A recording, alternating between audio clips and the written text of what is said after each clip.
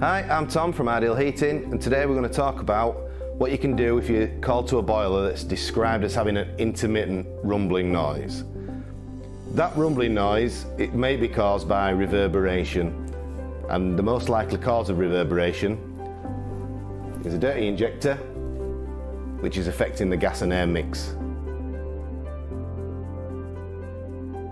It only takes a minute amount of dirt or debris inside the injector to cause the gas and air mix to be incorrect. So if you remove it from the boiler and it looks like this, it might be the cause. We can clean this with a soft abrasive on the outside and something like a small bottle brush or a pipe cleaner down the orifice. Once you've cleaned that injector up, it should look like this with a nice shiny brass finish. Once the injector's clean and you put it back in the boiler, if the fault still occurs, then we need to be looking at other components within the boiler which affect the gas and air mix ratio. So that likely causes our gas valve and burner.